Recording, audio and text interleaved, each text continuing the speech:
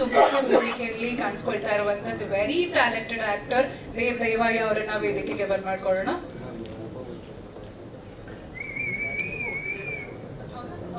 So okay, ಹಾಗಾದ್ರೆ ನಾವಿವಾಗ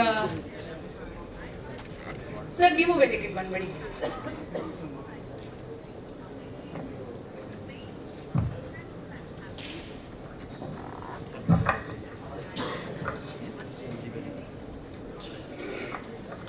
ಈಗ ನಮ್ಮೊಟ್ಟಿಗೆ ದೇವಯ್ಯ ಅವರು ಹಾಗೆ ಸಾತ್ವಿಕ್ ಕೃಷ್ಣನ್ ಅವರಿದ್ದಾರೆ ವೇದಿಕೆ ಮೇಲೆ. ಎಲ್ರಿಗೂ ನಮಸ್ಕಾರ. ನನ್ನ ಹೆಸರು ದೇವಯ್ಯ. ಮೊದಲದಾಗಿ ಬಂದಿರತಕ್ಕಂಥ ಮೀಡಿಯಾ ಮಿತ್ರರಿಗೆ ನನ್ನ ನಮಸ್ಕಾರಗಳು. ಹಾಗೆ ಕೃಷ್ಣ ಅವರು ಮತ್ತು ಹುಳಿ sir, Sukrutha, all the directors. Sir okay ಹಾಂ ರೈಟ್ ಸಾರಿ, ಸ್ವಲ್ಪ ನರ್ವಸ್ ಆಗಿದ್ದೀನಿ. Sir Dayal sir D pictures ಮುಖಾಂತರ ಈ ಸಿನಿಮಾ ಬರ್ತಿರೋದೇ ನಮಗೊಂದು ದೊಡ್ಡ ಖುಷಿ, ಒಂದು ಪಾಸಿಟಿವ್ ನೋಟ್. ಯಾಕಂದರೆ ಒಂದು ಹೋಪ್ಸ್ ಮತ್ತು ಒಂದು ಫೇತ್ ಅಂತ ಒಂದು ನಮ್ಮಲ್ಲಿ ಒಂದು ಹುಟ್ಕೊಳುತ್ತೆ. ಅದು ಸಿನಿಮಾ ಮಾಡ್ತಿರ್ಬೇಕಾದ್ರೆ ಸಿನಿಮಾ ಮುಗಿಯೋದು, ಸರ್ ಹೇಳಿದಾಗೆ ಸಿನಿಮಾ ಶುರು ಮಾಡೋದು ಕಷ್ಟ ಅಲ್ಲ, ಸಿನಿಮಾ ಮುಗಿಸೋದು ಅಷ್ಟು ಕಷ್ಟ ಅಲ್ಲ. ಬಟ್ ಸಿನಿಮಾನ ಈ ಹಂತಕ್ಕೆ ತೊಗೊಂಬರೋದಿದೆಯಲ್ಲ, ಅದು ಸ್ವಲ್ಪ ಒಂದು ಕಷ್ಟವಾದ ಕೆಲಸ. ಆಲ್ಮೋಸ್ಟ್ ಒಂದು 2.5 years ಜರ್ನಿ ಆಯಿತು ಈ ಸಿನಿಮಾ ಮಾಡ್ತಿರ್ಬೇಕಾದ್ರೆ.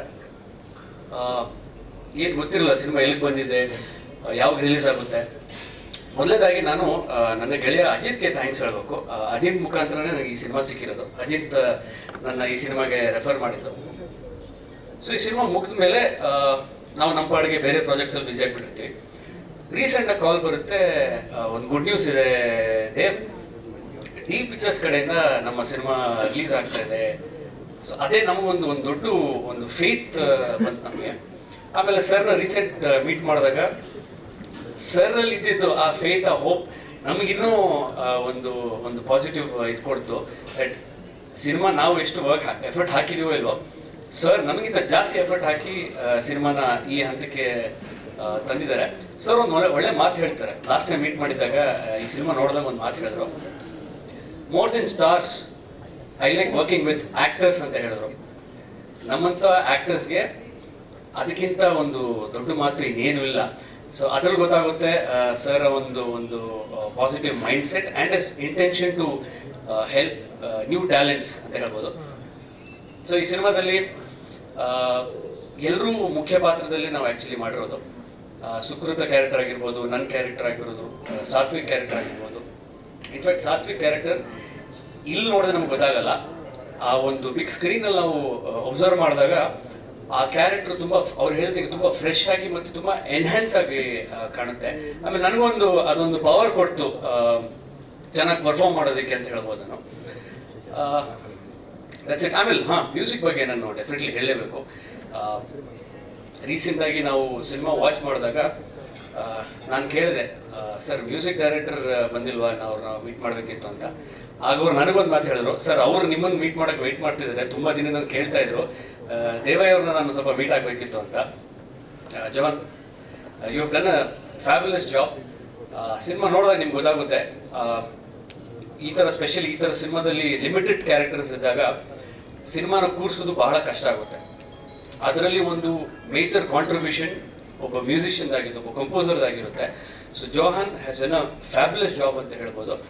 ಆ ಸಿನಿಮಾನ ಬಿಗಿನಿಂಗ್ ಟು ಎಂಡ್ ನಿಮ್ಗೆಲ್ಲೂ ಬೋರ್ ಆಗ್ತಿರೋ ಹಾಗೆ ಇಂಟೆನ್ಸಿಟಿನ ಇಟ್ಕೊಂಡು ಆ ಸಿನಿಮಾನ ಕ್ಯಾರಿ ಮಾಡೋದಿದೆಯಲ್ಲ, ಅದರಲ್ಲಿ ತುಂಬ ಒಂದು ಒಳ್ಳೆ ಕೆಲಸ ಮಾಡಿದ್ದಾರೆ ಅಂತ ಹೇಳ್ಬೋದು. ಆಮೇಲೆ ಸಿನಿಮಾಟೋಗ್ರಫಿ ಆ್ಯಂಡ್ ನಮ್ಮ ಡೈರೆಕ್ಟರ್ಸ್ ರವಿ ಸರ್ ಮತ್ತು ಚೇತನ್ ಅವರು ಡುವೋ ಎಫೆಕ್ಟ್ ಈ ಸಿನಿಮಾದ ನೋಡ್ತೀವಿ. ಅಫ್ಕೋರ್ಸ್ ನನಗೆ ಅವ್ರ ಪರಿಚಯ ಅಷ್ಟಿರಲಿಲ್ಲ. ನಮ್ಮ ಅಜಿತ್ ಮುಖಾಂತರ ನಾನು ಅವರ ಕೋಮಾ ಸಿನಿಮಾಗೆಲ್ಲ ಹೋಗಿದ್ದೆ. ಸೊ ಅವರ ಡೈರೆಕ್ಟಿಂಗ್ ಎಬಿಲಿಟೀಸ್ನ ನಾನು ಅಲ್ಲಿ ನೋಡಿದ್ದೆ. ಅಷ್ಟು ಟಚಲ್ಲಿ ಇರ್ಲಿಕ್ಕೆ ಆಗ್ತಿರಲಿಲ್ಲ. ಬಟ್ ನನ್ನ ಗೆಳೆಯನಿಂದ ಒಂದಿನ ನಾವು ಪರಿಚಯ ಆಗಿ ಅವರು ಒಂದು ಕತೆ ಹೇಳಿದ್ರು, ಡಾರ್ಕ್ ವೆಬ್ ಅಂತ ಹೇಳಿದ್ರು. ಬಹುಶಃ ಈಗ ಸ್ವಲ್ಪ ಜನರಿಗೆ ಡಾರ್ಕ್ ನೆಟ್ ಬಗ್ಗೆ ಏನೋ ಸ್ವಲ್ಪ ಮಾಹಿತಿ ಇರ್ಬೋದು. ನಾವು ಈ ಸಿನಿಮಾ ಮಾಡಿದಾಗ ಒಂದು 2.5 years back, 3 years ago, before Covid, dark net ಬಗ್ಗೆ ಯಾರಿಗೂ ಅಷ್ಟು ನಮಗೆ ಐಡಿಯಾನೇ ಇರಲಿಲ್ಲ. ಡಾರ್ಕ್ ನೆಟ್ ಅಂದರೆ ಏನು, ಡಾರ್ಕ್ ವೆಬ್ ಅಂದರೆ ಏನು ಅಂತ ಹೇಳ್ಬಿಟ್ಟು. ಸೊ ಕಾನ್ಸೆಪ್ಟ್ ಫ್ರೆಶ್ ಅಂತ ಆಯಿತು. ಓಕೆ ಈ ಒಂದು ಸಂದರ್ಭಕ್ಕೆ ಈ ಒಂದು ಫ್ರೆಶ್ ಕಾನ್ಸೆಪ್ಟ್ ವರ್ಕ್ ಆಗ್ಬೋದಾ ಅಂತ ನನಗೆ ಅನಿಸಿದಾಗ ಹೌದು, ಡೆಫಿನೆಟ್ಲಿ ವರ್ಕ್ ಆಗುತ್ತೆ. ಯಾಕಂದರೆ ಈ ಥರ ಒಂದು ಕಾನ್ಸೆಪ್ಟ್ ನಮ್ಮ ಕನ್ನಡದಲ್ಲಿ ಜಾಸ್ತಿ ಯಾರೂ ಎಕ್ಸ್ಪ್ಲೋರ್ ಮಾಡಿಲ್ಲ. ಸರ್ ಹೇಳ್ದಂಗೆ ಗುಲ್ಟು ಸಿನಿಮಾದಲ್ಲಿ ಕೆಲವು ತುಣುಕುಗಳನ್ನ ನೀವು ನೋಡ್ಬೋದು. ಹಾಗೆ ಈ ಸಿನಿಮಾದಲ್ಲೂ ಒಂದು ಡಾರ್ಕ್ ನೆಟ್ಟಲ್ಲಿ ಸಪರೇಟ್ ಆಗಿರೋ ಒಂದು ಪ್ರಪಂಚದಲ್ಲಿ ಹೇಗೆ ಒಬ್ಬ ವ್ಯಕ್ತಿ ಸೈಕಾಲಜಿಕಲಿ ಇನ್ವಾಲ್ವ್ ಆಗಿಬಿಟ್ರೆ ಏನಾಗುತ್ತೆ, ಆಮೇಲೆ ಅದನ್ನಿಟ್ಕೊಂಡು ಅವರು ಬೇರೆ ಜನರ ಮೇಲೆ ಯಾವ ರೀತಿ ಒಬ್ಬ ಪರಿಣಾಮ ತೋರಿಸ್ಬೋದು ಅನ್ನೋದು ಈ ಸಿನಿಮಾದಲ್ಲಿ ನಾವು ನೋಡ್ಬೋದು. ಕ್ರುಯಾಲಿಟಿ ಇದೆ. ಅವಾಗ ಸರ್ ಹೇಳ್ದಂಗೆ ಸಾಕಷ್ಟು ಕ್ರುಯಾಲಿಟಿ ವಿಷಯಗಳು ಇದೆ. ಅಂದರೆ ಈಗ ನಾವು ಜನರಲ್ ಈಗ ಒಂದು ಸೊಸೈಟಿಯಲ್ಲಿ ಕ್ರೂಯಲ್ ಅಂದರೆ ನಮಗೆ ಗೊತ್ತಿರೋ ವಿಷಯಗಳಂದರೆ ಓಕೆ ಯಾರು ಮರ್ಡರ್ ಮಾಡಿದ್ರು, ಥೆಫ್ಟ್ ಮಾಡಿದ್ರು, ಇದು ಮಾಡಿದ್ರು, ಅದು ಮಾಡಿದ್ರು, ಕ್ರೂಯಾಲಿಟಿ ಅನ್ನೋದು ಅದೊಂದೇ ವಿಚಾರ ನಮಗೆ ಗೊತ್ತಿರೋದು. ಬಟ್ ಈ ಕಾನ್ಸೆಪ್ಟ್ ಬಗ್ಗೆ ನಾವು ಇಂಟ್ರೊಡ್ಯೂಸ್ ಆದಾಗ ನಮಗೊಂದು ಅರಿವಾಗುತ್ತೆ, ಕ್ರೂಯಾಲಿಟಿನ ಈ ಲೆವೆಲ್ಗೂ ಒಬ್ಬ ಮನುಷ್ಯ ಸೈಕಿಕ್ ಆಗಿ ತೊಗೊಂಡು ಹೋಗ್ಬೋದಾ ಅನ್ನೋ ಒಂದು ವಿಚಾರಗಳು ನಮಗೆ ಈ ವಿಷಯ ಗೊತ್ತಾಗುತ್ತೆ. ಬಟ್ ಅವ್ರು ಹೇಳಿದಾಗೆ ನಾವು ತುಂಬ ಡೆಪ್ತ್ ಆಗಿ ಈ ವಿಷಯದ ಬಗ್ಗೆ ನಾವು ಎಕ್ಸ್ಪ್ಲೋರ್ ಮಾಡಲಿಲ್ಲ. ಒಂದು ಕಾನ್ಸೆಪ್ಟ್ ಇಟ್ಕೊಂಡು ಒಂದೇ ಸ್ಟ್ರೀಮಲ್ಲಿ ಈ ಸಿನಿಮಾನ ನಾವು ತಗೊಂಡೋಗಿದ್ದೀವಿ. Thank you. ಮೊದಲನೇದಾಗಿ ಎಲ್ರಿಗೂ ನಮಸ್ಕಾರ.